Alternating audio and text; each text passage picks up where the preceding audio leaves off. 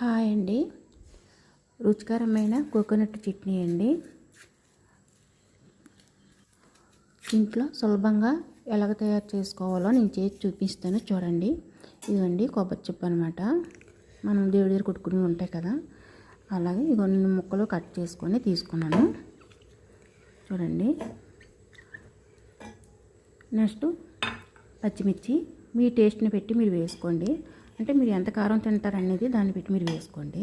అలాగే ఒక గ్లాసు శనగపప్పు, వేపిన పప్పు అనమాట, ఇది గుల్లపప్పు అంటారు. ఇవి కొద్ది సాల్ట్ వేసి మిక్సీ వేసేయండి. ఏ చింతపండు మీరు అందులో వేయొద్దు, ఇంకేం ధనియాలు అవి కూడా వేయొద్దు. ఇగో పోపులు అండి. ఇవి ఏంటంటే ఈ పోపు నేను పోపు పెట్టుకొస్తాను.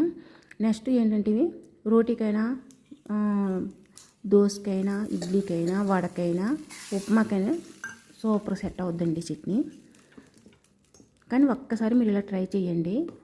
ఏమీ వేయొద్దండి, ఓన్లీ కొబ్బరికాయ ముక్కలు, కొద్ది శనగపప్పు, పచ్చిమిర్చి, ఈ మూడే నేను వేసాను, కొద్దిగా ఉప్పు, అంతే, ఇంకేం వేయలేదు. మామూలుగా పోపు.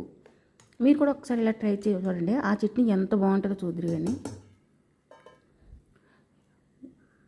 చూడండి, పోపు వేసాక మూత పెట్టాలి కదా, మూత పెట్టి తీసాను మళ్ళీ. కానీ చాలా బాగుంటుంది. బాయ్.